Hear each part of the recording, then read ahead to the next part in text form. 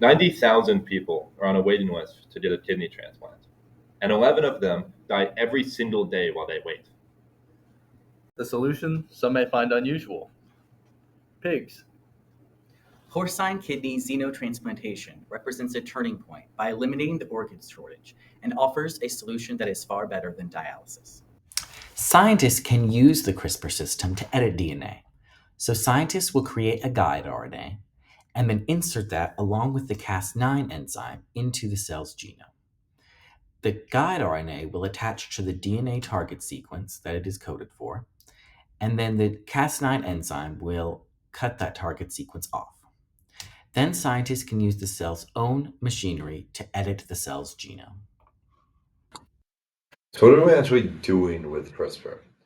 Well, there are little sugars called xenoantigens that specific enzymes make inside the pig that we don't have. And if we detect those in the pig transplant, then we're going to reject the organ. Our first example is an enzyme called GGTA1 that produces alpha gal particles inside the pig cells. Since we can't have that, we're going to use CRISPR to knock out the enzyme.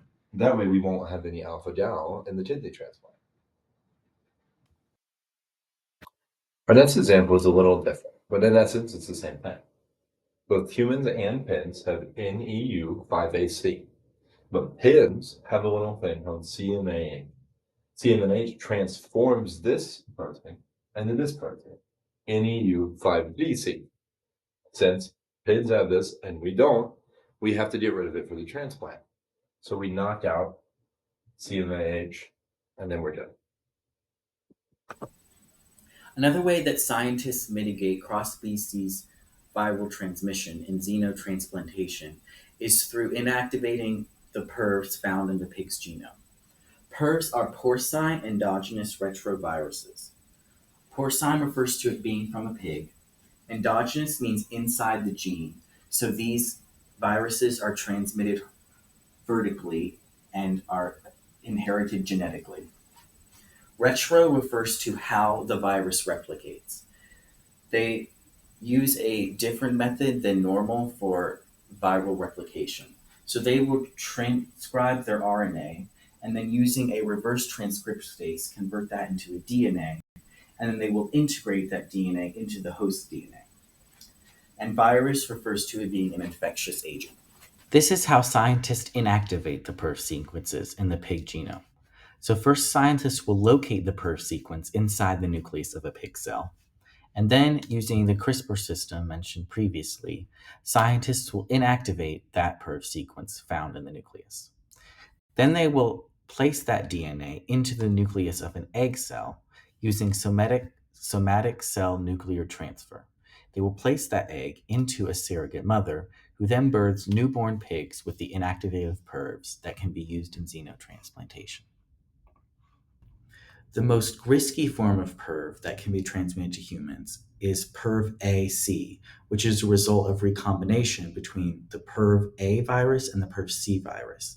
It is twice as likely to infect humans as the PERV A virus on its own.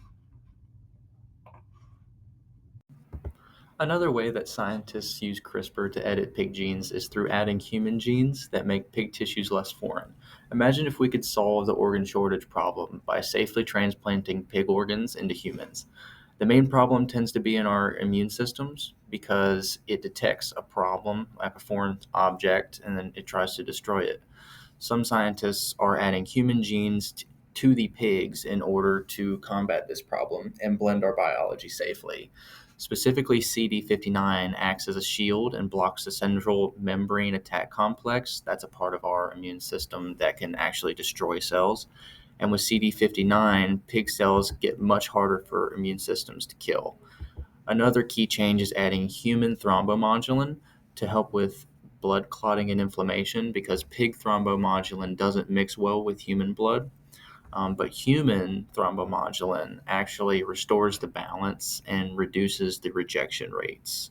Together, the thrombomodulin and the CD59 are genetic upgrades that move us closer to a future where life-saving organs can be grown within animals and bridge that gap between scarcity and survival.